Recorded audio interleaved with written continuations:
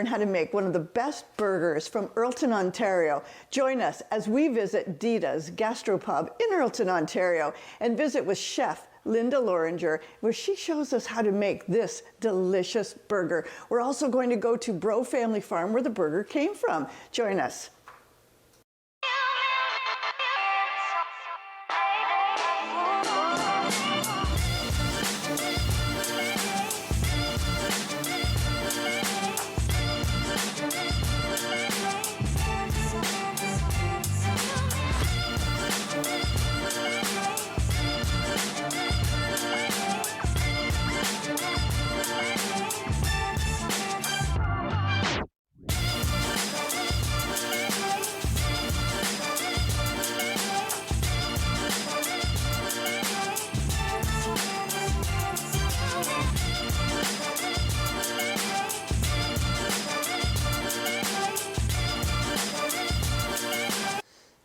Welcome to our series, Farm to Fork. I'm Chef Connie Powers, and you're watching Farm to Fork.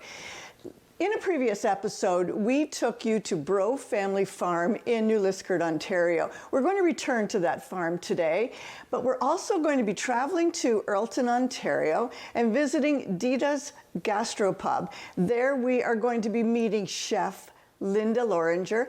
And when we were there in the summer, we had an opportunity to go to Dida's, and she indicated that burgers are her business. She knows burgers.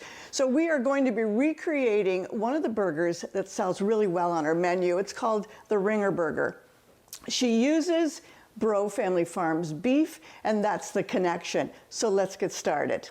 Let's get started on the patty itself. Now what I have is about 1 pound of Breault Family Farm beef, and it is a lean cut. So we are going to use that, and we're going to everybody knows how to make a burger patty. I'm going to show you how I make it. So what I have here is 1 pound of ground beef from Breault Family Farm. So I'm going to start creating the patty. This is not the patty recipe that Linda would use.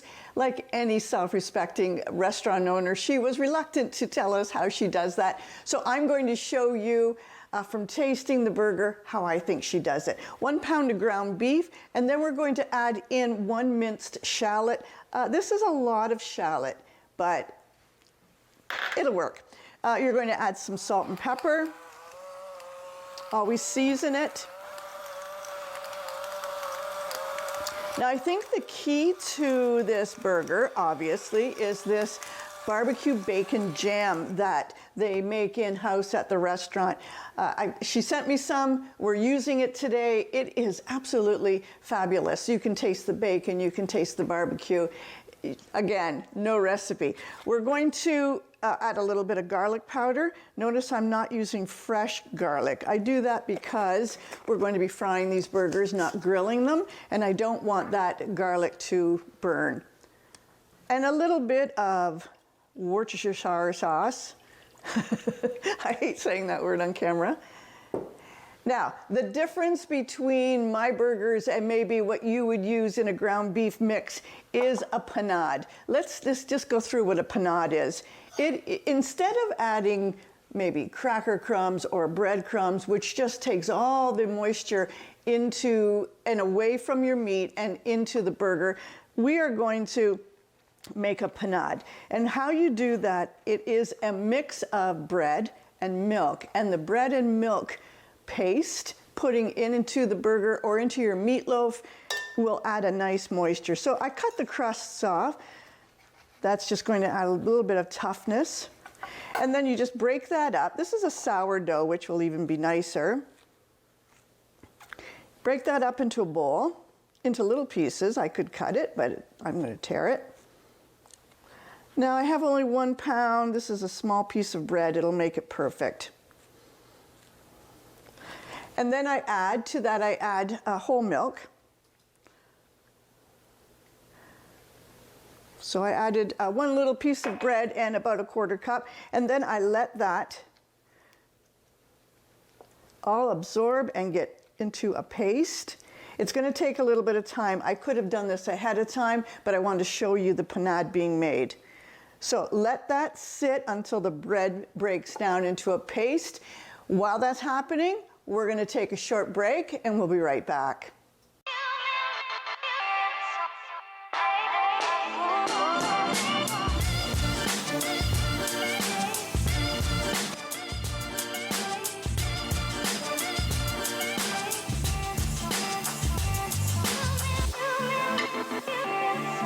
And we're back. I'm Chef Connie Powers. You're watching Rogers TV Farm to Fork. Today we're taking you to New Liskeard, Ontario, Breault family farm, then heading down the highway to Earlton, Ontario, to Dida's Gastropub, where we're going to meet Chef Linda Loringer. Today we're making one of her burgers that's on her menu. It's called the Ringer Burger. Now, the Ringer Burger, why is it called that? It has onion rings on it, but it has so much more. So we're making the patties right now, and we just made, before the break, we made a panade. And a panade is just bread and milk made into a paste. It adds a delicious tenderness to the meat. So we're going to add that in right now. You'll notice that there's no more milk. It is just entirely a paste. Now here's what is a little bit unique to our burgers is that we grate a little bit of butter into them. And we grate frozen butter. You can't just put some butter, it'll melt too fast. This adds, because this is lean ground beef, this adds flavor and it adds moisture. Let's just grate a little bit of frozen butter. This is also a trick you can use when you are making pastry, is grate your butter frozen. So I'm going to do, for about a pound of beef, I'm going to put about maybe a quarter cup. That's about enough, and then I would just wrap this up, put it back in the freezer until I need to use it again. Okay, let's add this in. Now, Dida's Gastropub, it was created as a food truck in 2017, and it became so popular for the quality of food that she quickly decided, let's build a restaurant, and that's what's sitting in Earlton is the restaurant. We arrived at lunch service. I should have known better, but I did. I arrived at lunch service, and Linda was willing to talk to us and explain to us all the ways that her restaurant operates using local produce and having menu options like the Around the World cultural diversity on her menu. She is trying to bring a really beautiful thing to Northern Ontario. All right, I don't want to use my hands too much because the butter is frozen and I don't want to wreck that. All right, I'm going to put my, this is a cast iron pan, but I did fry a little bit of bacon in it to be used as dressing, so that fat is still in there.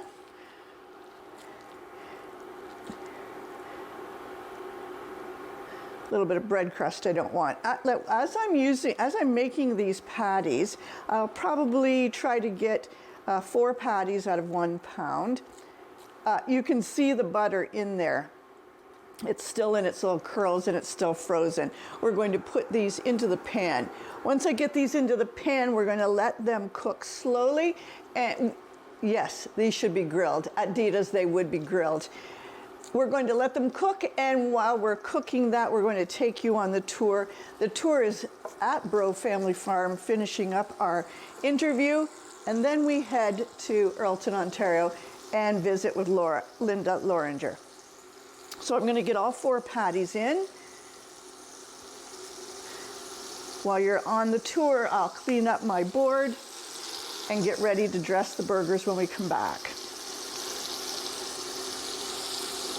You can make your patties any way, any comfortable way you want. Some people have some different ideas. Try the grated butter. You're going to see the flavor that it gives. All right, so these are going to cook.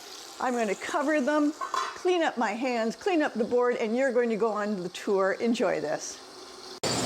Welcome to our series Farm to Fork. We're back on the Breault family farm. We're sitting with Nancy Fry. So how do you keep up with technology changes and the agricultural trends? Yeah.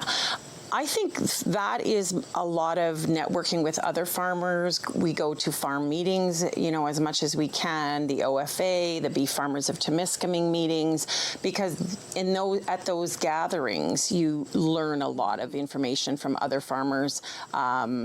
And I think that's really important. Even just problem solving with them too. Yes. Well, the next question is, tell us about a time when you learned the hard way and how it changed your business forthcoming. This past year, the growth has been so rapid. We've doubled the chicken. We've almost went up beef by about 33% over last year.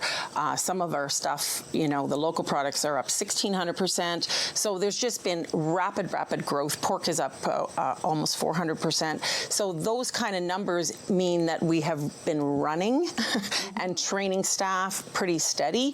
So it's been hard to manage, and that I really got caught with, not having put enough time into thinking that one through, and that was a big learning, and it has certainly taught me that I need to be planning ahead. And even now we're looking at a long-term solution. What we found locally is a temporary solution, but we're not jumping into, okay, now we're going to do a 20-foot sea container because maybe we need a 40.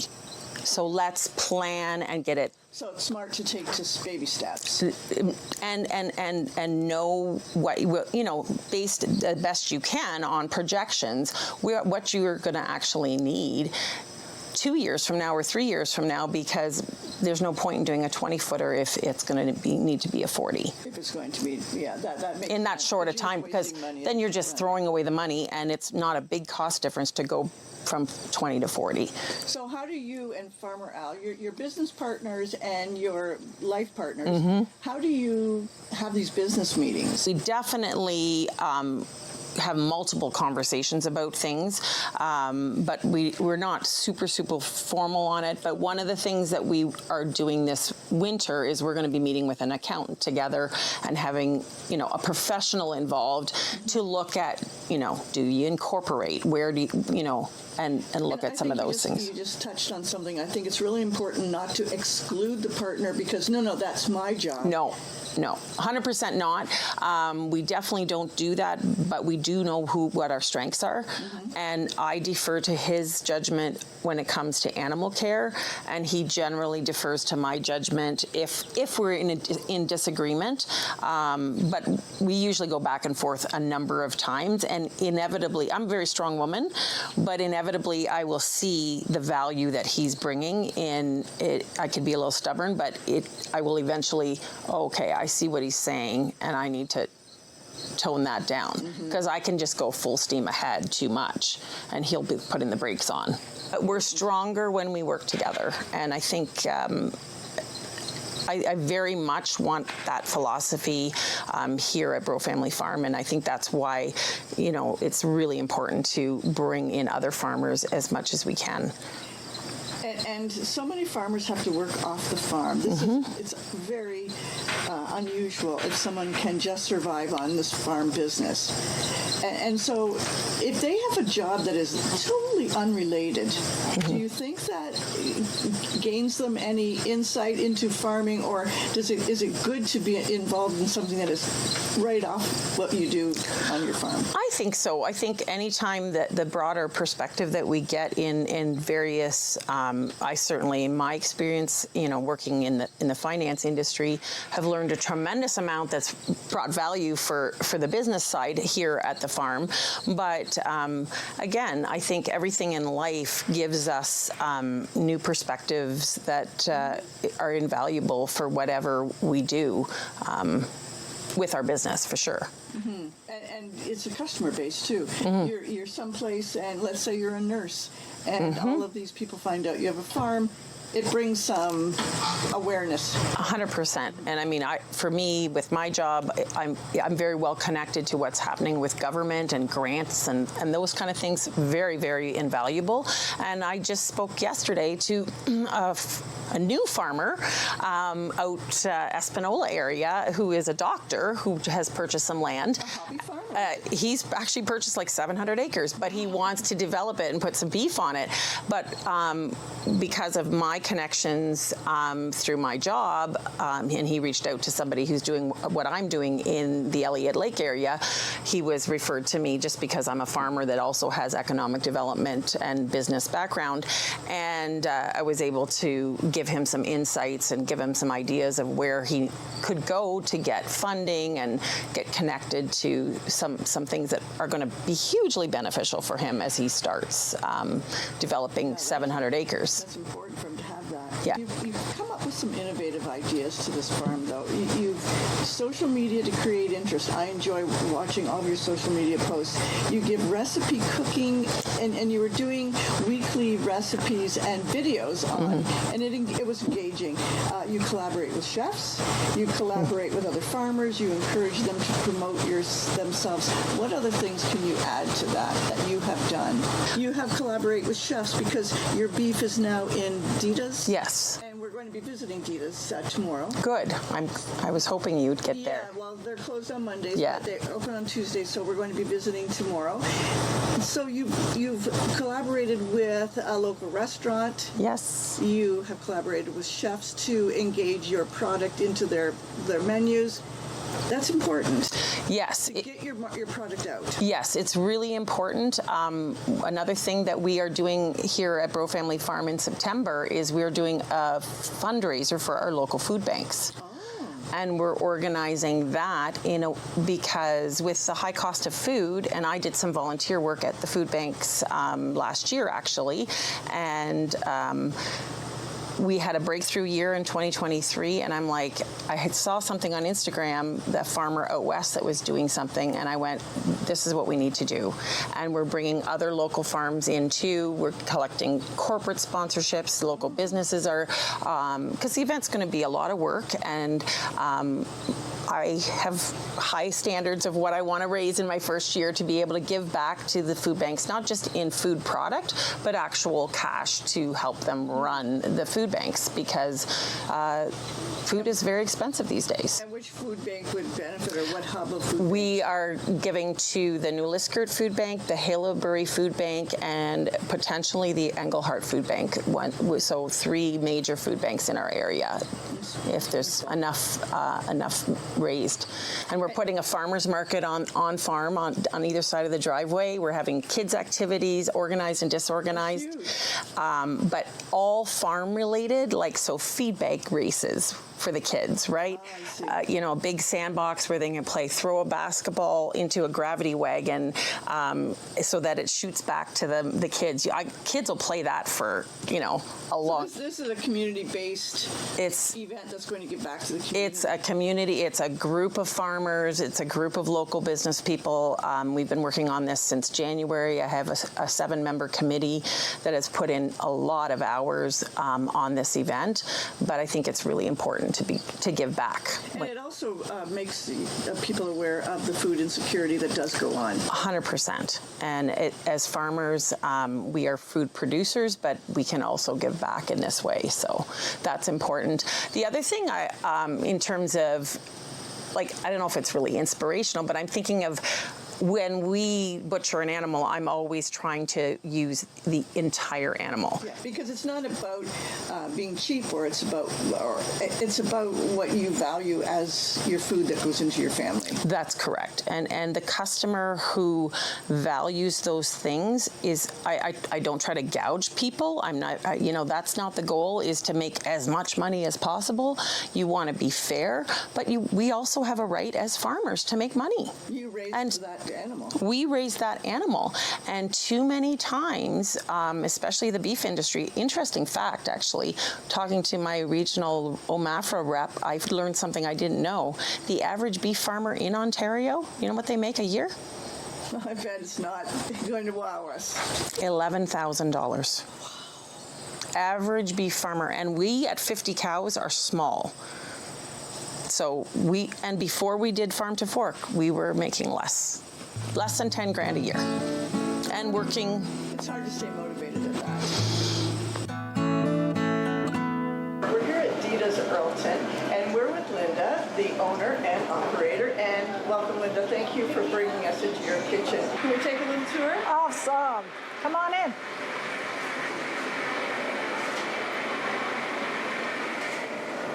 So we have Chef Sawyer and Chef Alain helping out lunch today. Great, busy time here. It is, So it is. You use local, you're Feast on certified, and you use local beef, and the beef that you use local comes from Breault's family farm. Great. Yes. And you know, that's not always it's a great thing to do, but sometimes it's not an economical thing to do. It's not. But it's worth it? It's worth it. I like to know where my products come, and I like to support Northern Ontario farmers and any products I can find in Northern Ontario. And that's why you qualify to be a Feast on certified kitchen. Yes. All right, let's just look around a bit. You've come a long way in a very short span of time. Yep. You were a food truck or a chip truck. How did you start? I was working in the corporate world, and this little chip stand was for sale, and it was in my backyard, literally, because I lived right behind then. And we decided to buy it because I always loved cooking, and that's where it all started. We ran that for one season, and then we tossed it, and me and my husband built the restaurant from the ground One up. season, and you knew this is going to work. Yes. And are you known as the best burger in the area? I think I am. I think you are I too. hope so. But my main goal is always to offer good quality products, and we make everything in-house. 90% of our menu is gluten-free. Really? Yes, because I gotta eat it. Yeah, that's true. And so using local farmers is a collaboration that matters to you. It does, it does. Whether it's from the beef, the bison, the lettuce, the cucumbers, the potatoes, even like buying the craft beer that comes from Northern Ontario, for me, it's really important. It keeps our economy going. It makes partnerships. You scratch my back, I scratch your back. And Waitress is serving. And it's always more interesting that way because they bring me business, I give them business. That's the way it rolls. And I noticed you take pride in calling yourself a farm-to-table restaurant. I do. Well, you're doing a good job here. Thank you. And we're back. So I have just checked the burgers. They should reach 160 in the middle, and they do. And we're going to remove them from the pan. So the thing you will notice is that they look tender. They have a great smell.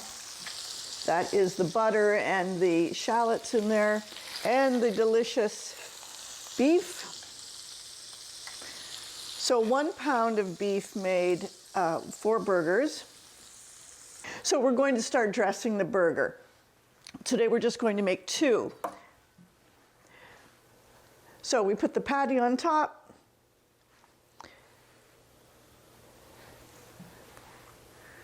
We'll set those aside for others. And this is the barbecue bacon jam. She does have this for sale in the restaurant. So if you are heading to Earlton, Ontario, this is a place you don't want to miss. The menu is very diverse, but the burgers on there are something you just don't see often because she has so much variety and so many different homemade sauces on them. So we put the bacon barbecue sauce on it, and then she would put Monterey Jack cheese. These are probably done on a grill, so that would melt.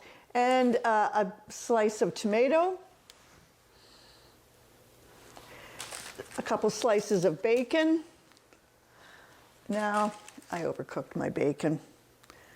And this is the kicker, is an onion ring. That one was a little small. A little bit of lettuce. Now you're saying, well, you know, there's no mustard, there's no the other condiments, you don't need it with that barbecue jam. Bacon jam, I should call it. And that, that is a ringer burger.